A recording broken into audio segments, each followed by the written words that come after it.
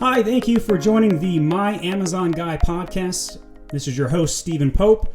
I will be talking about in today's video how Amazon is entering its maturity phase, what challenges I think that brings, what opportunities, and where you need to be positioned to deal with it. So first, I want to talk about just briefly where Amazon's been. Jeff Bezos is on record saying, hey, your margin is my opportunity. And he solved two problems historically. Number one, he solved the speed in which an item gets to a consumer. So he created Prime 2-day shipping. Then it became 1-day shipping in last year. And now it's Prime Now. So you can get an item to your door within 2 hours of ordering it. 2-day shipping was awesome. 1 day is great. But man, Prime Now, nobody's competing with that. Not even Walmart or Target, where you got to go drive to the store to pick your stuff up. So the second thing that they solved was pricing. Created a marketplace. Everybody came together all on the same platform. So that means two like items, consumers going to go for the lower price. Makes sense. And I will talk today where I think the future of that is. So in the life cycle of an item, or a platform in this case, you first have the introduction. So the introduction is well behind us. I think that 2019 was really the end of the growth cycle. I think Amazon is now peaking. Now, don't get me wrong, they're still going to gain more customers. More people are going to get Prime, I think. But I really think we're seeing the pains of the maturity phase start. And we really saw that here in the last 6 months. The pendulum is swinging the other way because it's become a little bit of a buyer's market, so to speak. There are other platforms starting to compete. Walmart and Target have had a lot of success with some of their inklings or comparables, mostly with their retail options, however, where people go to the store to pick the stuff up. Walmart just announced this week, though, that they're coming out with a competitor to Amazon Prime, and it's going to be something like Walmart Plus, so we'll see how that goes. But Amazon's going to have to do some additional things to set themselves apart from the crowd. And really the impact of what that means to you as a seller, though, is that they have upped the bar on what it takes to sell on Amazon. So you see thousands of cringe stories about how people are getting suspended. That's, of course, a really large part of the maturity cycle. That's when they've got enough sellers and now they want to make sure that some of those weaker sellers go away, bad actors included, but that also includes sellers that they just don't care about. You know, if you're going to sell a product or be a seller under $5,000 a month, they probably don't care too much about you because they know you don't have the sophistication to grow further. They're not going to care about that. So a lot of the algorithm things they're putting in place, especially when you open up a Seller Central account, you got to make sure you have your documents reviewed very carefully. If you upload that identity doc for your credit card statement, you do 3 or 4 pages, you don't put that fourth one on, they'll just suspend you and they won't even tell you why. That's pretty awful. But as far as Amazon's concerned, if you can't read every detail, you're not going to be a good seller. They've had a lot of fraud. They've had Chinese going direct to consumer. They've had a lot of people opening up multiple accounts, which actually is not against terms and conditions as long as you open up a ticket and request that approval, and you can prove that they're separate businesses, separate tax IDs, separate products. Don't sell the same product on 2 accounts. You can have multiple accounts, no problem. Now, do you need multiple accounts? Not really. I think that there is no reason why you need multiple accounts unless you've got multiple investors for different businesses, for tax purposes and business investment purposes. It's really the only reason why you would need to have multiple accounts. So, you know, if we were to summarize the Amazon basics, you research a product with high demand, low competition on Amazon, and then you source it, get a company that manufactures it for you. A lot of people use Alibaba. There's even now a Jungle Scout supplier database that you can use. You then list the product on Amazon, and you deal with all the listing optimization, keywords, etc., advertise it. And then fourth, you launch or promote it, and you spend lots of money building traffic to the listing. So that's the basics, and that's where Amazon's been.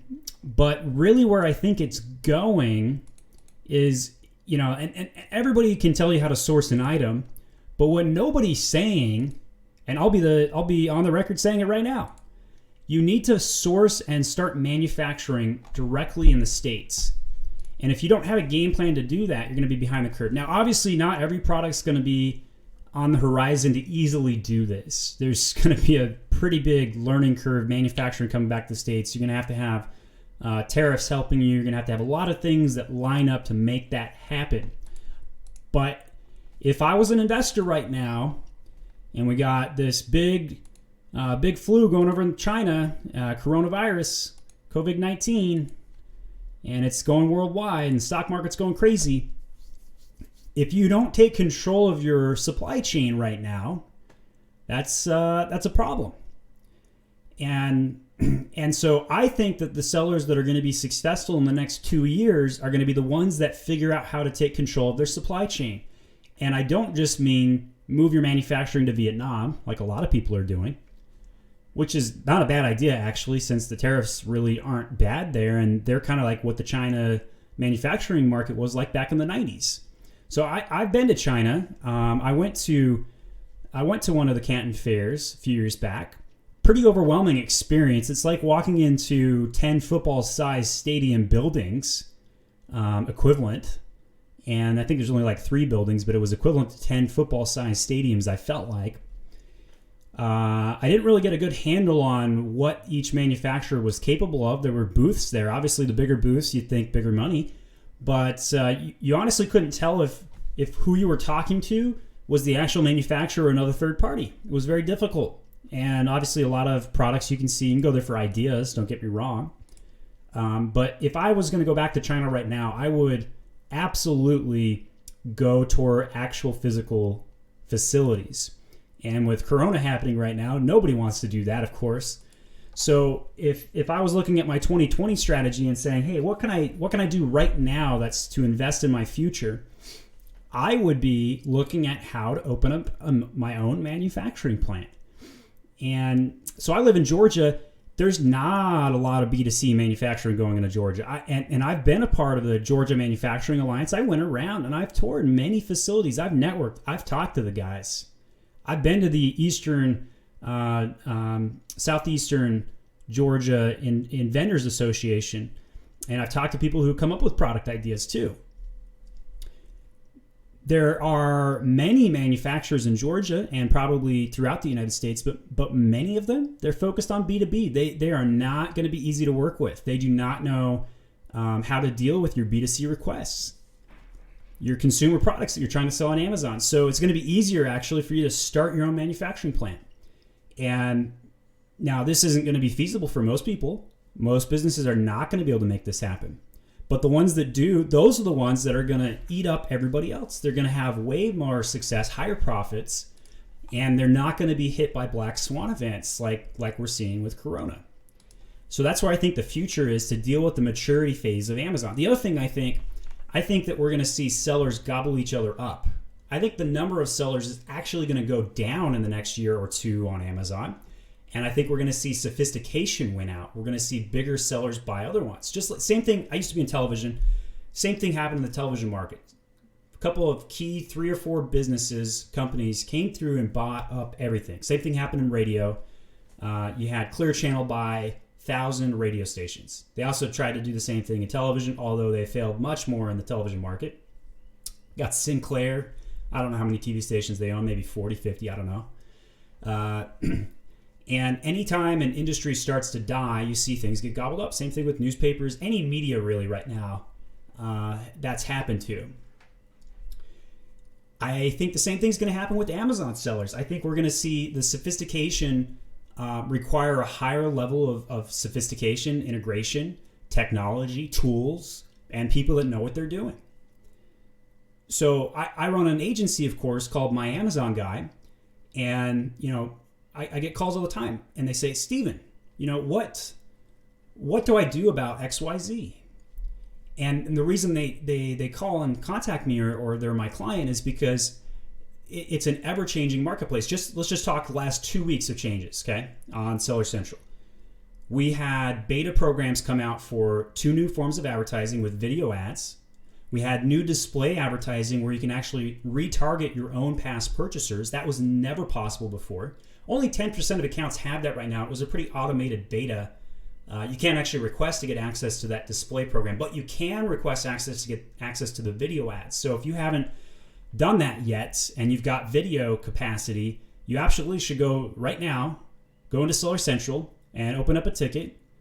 Doesn't matter which drop down you use, it'll get tailored over there pretty easily, but select an advertising one if you can and say, hey, can I get access to video ads? And it will show up in sponsor brands section. Great action item for you today. But that, of course, requires you to have that video capacity. And if you don't have video capacity today and you don't think you can get it in the next 3 months, that's a great case example for why sophistication is going to weed you out over time. Third change that happened in Seller Central just recently was this new fulfillment program where you can now use USA FBA stock and ship it directly onto the Canadian and Mexico platforms. That is the Amazon.ca platform and MX. And I'm really surprised it took Amazon this long to make that happen because really, nobody wants to deal with taxes, customs, import tariffs. That's a huge headache. If you're trying to simplify your business right now, there's no way you'd want to go into another country. If you're struggling to keep up with your own USA stock, do not try and enter another country right now. I mean, that just doesn't make any sense. Why would you want to go into UK Brexit? Why would you want to deal with Germany VAT laws? Why would you want to go deal with Canadian custom imports or the French translations? Like, why would you want to deal with any of that? So in reality, though, this new program cuts that out. Now, I'm not saying it's a profitable program at this stage. It's definitely in beta. And again, about 10% of accounts. We haven't been able to get any of our clients into the program that don't already have that beta access. So it's kind of a just go check to see if you have access. And I'll see if I can put a link in the description on how to access that program. But it's the new fulfillment program, and you basically just export your data from the U.S. into Canada, and then they will use your FBA stock in the U.S. and will ship it into Canada. Now the fulfillment fees are higher, and you also have to deal with the selling fees and the currency exchange, which you can translate through automatically, and you can also run ads in Canada and ads in Mexico. So I tested that out. I've sold about 50 units in the last 2 weeks into Canada and about 5 into Mexico, much weaker market. I didn't do any translation into Spanish personally. I thought that wasn't worth my time. And I figured there's a few expats over in Mexico who would find my product anyway. So we'll see what happens. But great program to do, especially if you don't want to advertise and you just want to show up in more places but use your USA stock and you don't have to monitor anything. You don't have to add any complexity to your business. It takes care of itself. Those are the kinds of things you need to do right now if things are tough or there's a lot of different things going on.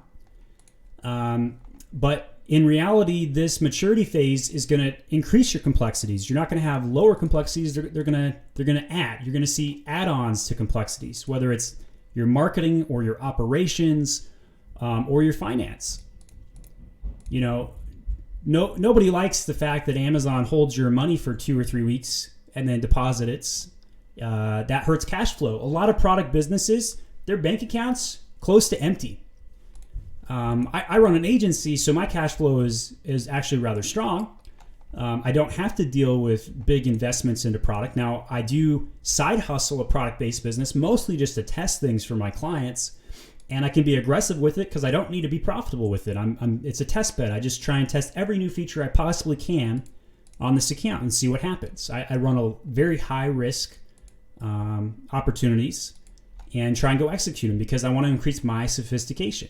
Not every business can do that. And the more people that are involved in your business, the more stakeholders, the harder it is to host that meeting and say, hey, here are the 15 new complexities I'm going to add the next 30 days to compete on Amazon.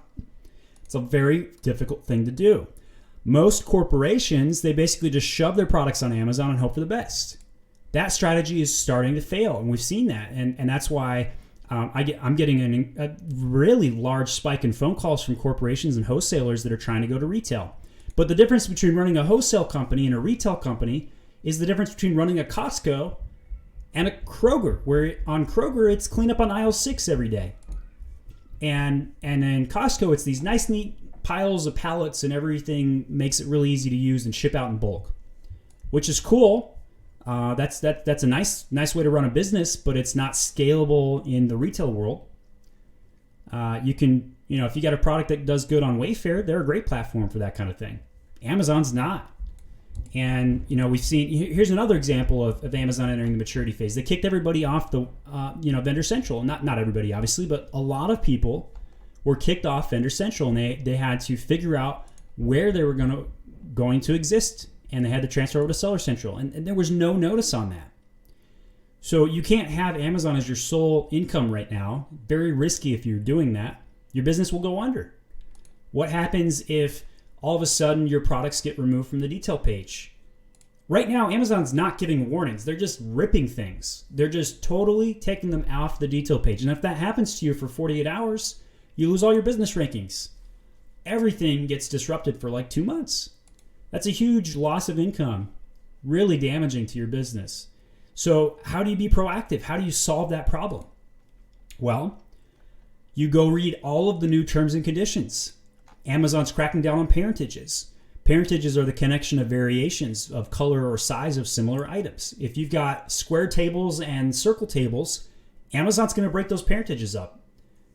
That's not what they like to see in parentages. Now, I disagree with that, by the way. I think that's stupid, but that's what Amazon's doing. They're also breaking up parentages for 1.0 versus 2.0 generation of products, right? So if you launch a 2.0 version of your product, you're probably better off nowadays just taking over the 1.0 listing. Now, obviously, if you got stock runouts, that causes a problem. You got to liquidate that somehow. Maybe go run a social promo code within Amazon, see if you can liquidate that. If you haven't used a social promo code, by the way, within Amazon, that's another great example of complexity and the maturity phase where Amazon's got all these tools you probably haven't heard of, and you need to be executing them on a weekly basis if possible. Not for every use case. Obviously, you're not going to run a social promo code every day for every product, but you need to know they exist and the circumstances of when you want to use them, and it's a great liquidation tool. Good way to get social external traffic. Oh man, external traffic. What a can of worms external traffic is right now. Amazon has released a new tool for attribution. Now, it's completely broken, doesn't actually work very well, right? But I'm running Pinterest ads for some wine glasses with funny sayings for a brand called Mobster right now, and it's tracking the clicks. It's tracking the sales. Now, I say it's tracking the sales. I don't think it's actually working effectively. I know I'm getting sales from it, but the tracking doesn't exist. Same thing with AdWords or Facebook external traffic. Those attribution softwares that Amazon's put together were a long time coming. They took out the API back in June. Used to be a cool tool called Zon Tracker that had the first to market API lookalike tool where you could download your information and you could target lookalikes or past purchasers within the Facebook platform. And Amazon took that away. And then they're starting to give new tools on their own side where, back to that display program where you can target past purchasers. We're going to see that roll out of beta, I think, in the next 60 days. They also rolled out a new social media program called Posts or Social Posts within Amazon. If you haven't posted social media posts on Amazon today, you're behind the curve. There are millions of impressions available on mobile specifically by going in and going to the post section and posting it on your brand. Now, obviously, you have to have brand registry. If you don't have brand registry right now, it's because you don't have a trademark. If you don't have a trademark, go file one right now. It takes 6 months to get a trademark in place. Great, another case example of maturity that Amazon has forced sophistication on its sellers. Do you know how many times new sellers who have a brand and product item have had to go read hours and hours of paperwork with the trademark office? I sell trademarks. I even have a podcast we'll release about how to file trademarks.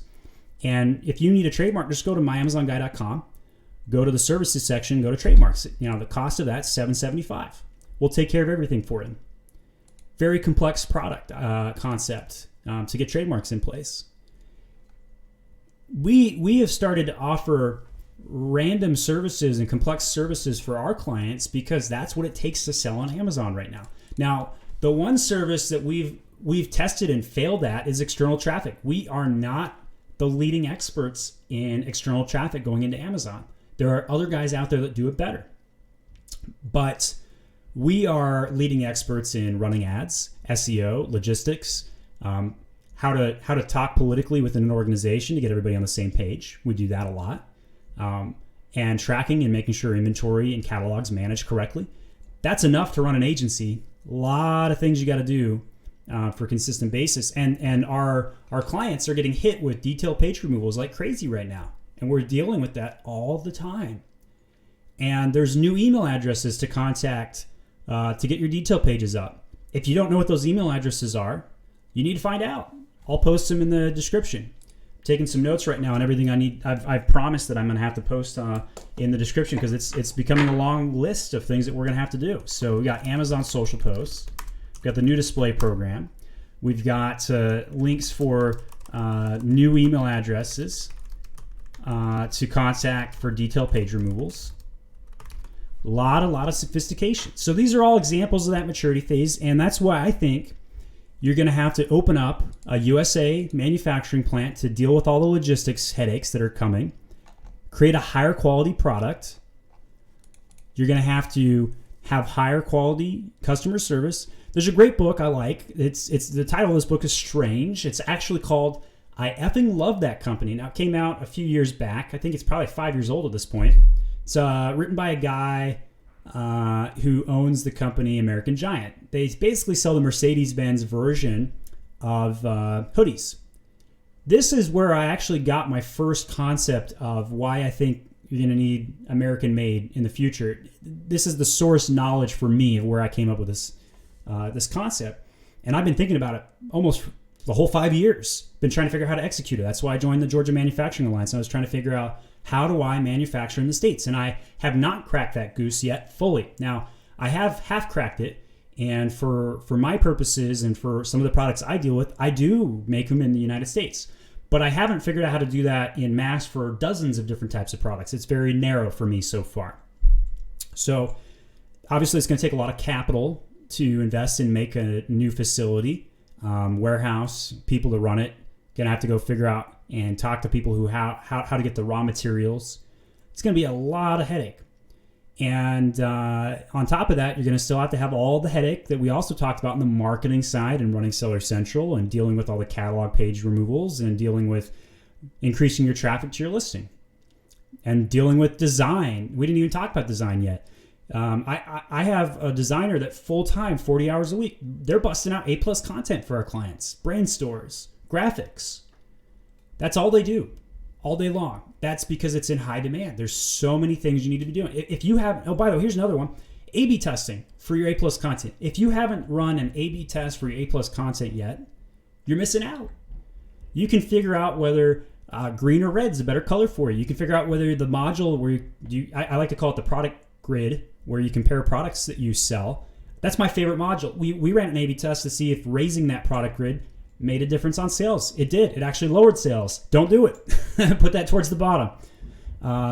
We're running A/B tests for big images versus small images. We're running A/B tests of text versus large text versus little text. We're running all kinds of things, but each product is going to have a different result. And so we're gonna come up with some general best practices. And one of my favorite best practices for A+ content: make sure you've got keywords behind the alt text of each photo. If you have no idea what I just talked about, you should hire me. We'll go take care of it for you. But no, there's some easy ways to implement that. Just go into your A+ content section, look at the alt of each photo. They've made it easier to fill that in. You used to have to upload the photo when you entered it. Now you can enter it after the photo has been uploaded, so you can actually go and optimize it. Now Amazon claims, hey, we don't index our A+ content. We don't index any descriptions. They're big fat liars. I'm sorry, but I've put Spanish behind one photo of an alt text, didn't put Spanish anywhere else, and it indexed. So I know A+ content increases indexing. In fact, I think it triples your keywords before and after when you didn't have A+ content and when you did. And if your A+ content's not fully optimized right now, you're probably missing out another 50% of index keywords still. So all of these things, bottom line, if you are not sophisticatedly going out and learning new ways to increase your sales on Amazon, you're going to be left behind. And that means you either need to go listen to, 5 to 10 podcasts a week, read all the articles, dozen articles a week, subscribe to all those newsletters, or you're going to have to be in a mastermind with other sellers and ask them what they're doing, or go hire an agency. And an agency is going to be able to see all of the reactions from across 100 plus accounts like we do at My Amazon Guy. And we're going to be able to see and get ahead of that. But if you are at the stage where you're not ready to participate in that sophistication, you either need to go learn or sell your business. Because if you don't, you're not going to be able to compete. Your profits are going to be eroded. Amazon takes a 33% cut of all of your sales on Amazon. A lot of you are scratching your head saying 33%? Yeah, it's at least 33% because 15% referral fee right off the top. I recommend spending 7 to 10% in ads. The rest of that comes down to logistics and fees and storage. If you don't have your IPI score above 400, boy, you're going to get hit with overages. I had one client that got hit for $8,000 because they didn't have a regular warehouse. They shipped everything from China directly into the warehouse. They didn't have anywhere to put it. And their sales rates are better now, but they're still paying the consequences. So they overstocked big time. And the IPI score got harder. Another case example, Amazon raising the bar. It went from 350 to 400 back in January 15th. And if you're sitting there right around 402, 403 on that IPI score, be careful. Because if you get hit with a storage limit, instead of you focusing on how can I increase my traffic and my marketing this week, you're going to be thinking, oh crap, where am I going to go put all this stuff? And it's very difficult to repair your IPI score. Very difficult because now they changed the algorithm. Again, how many times have I said change the algorithm on today's podcast? I swear it's like 4 or 5 times. They changed the algorithm on how the IPI is calculated. It's no longer just a rolling, what you did this week. It's like a rolling 90 days. So if you are a bad actor for 30 or 60 days at a time, you're going to pay the consequence for like 6 months. 6 months, that's going to impact you. That could wreck your entire business. So other things you could do right now, you could protect yourself by launching on Etsy, eBay, Walmart. Those are my 3 favorite non-Amazon platforms besides your own website, and I usually go for Shopify on that. I hate WordPress and WooCommerce. I think it's a trash tool, and that's because the platform is constantly breaking, and if you don't have somebody watching that like a hawk, your system is just going to go down. Shopify, at least, they've made it so easy anybody can launch it.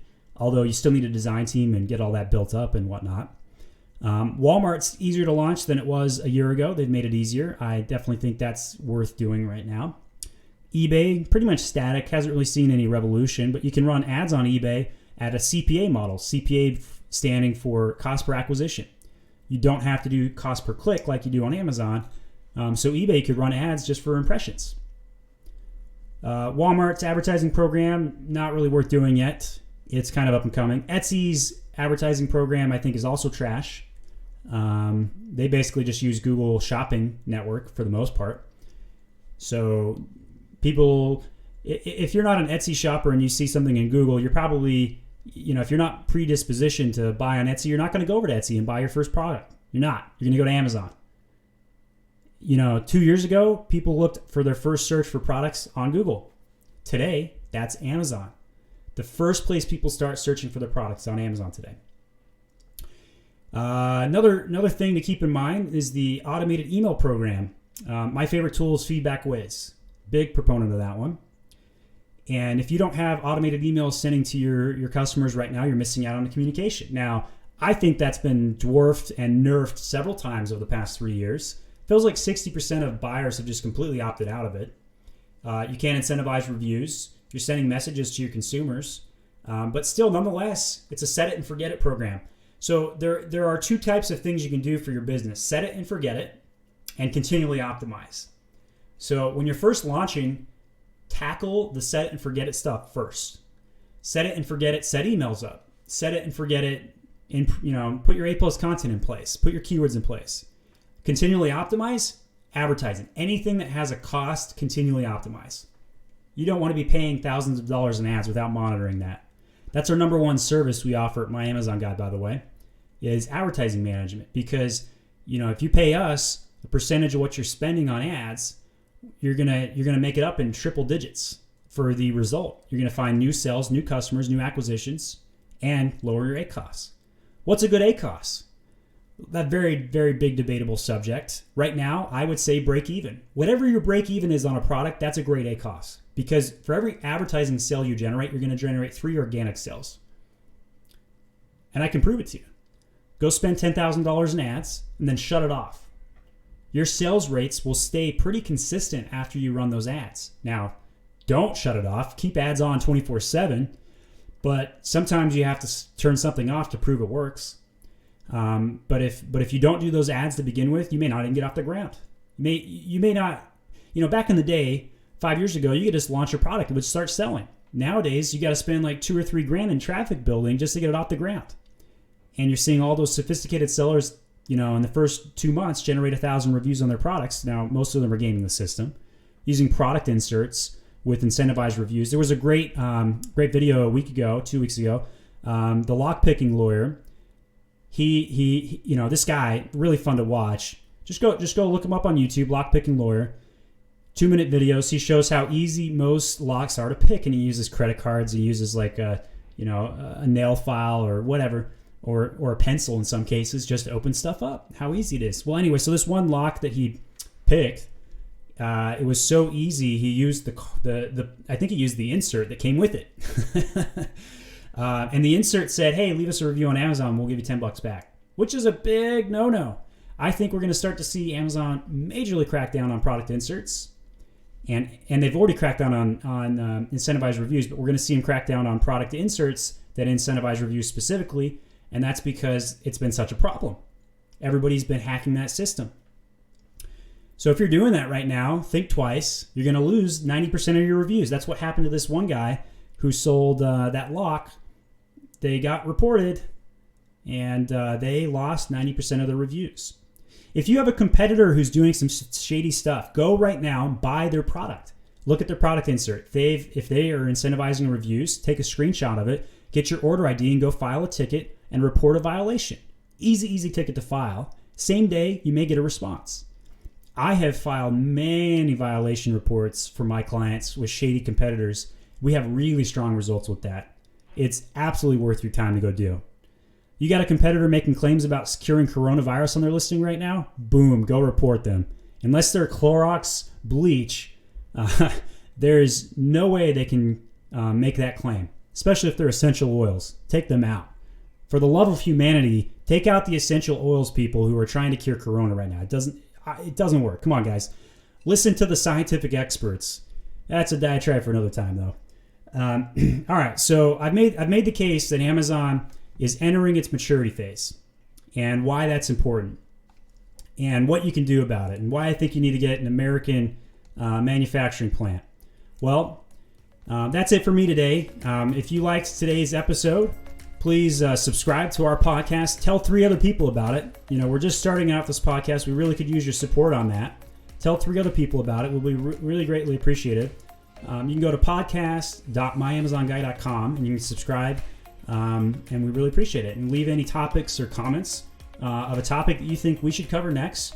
We'll be happy to do so. Thank you so much.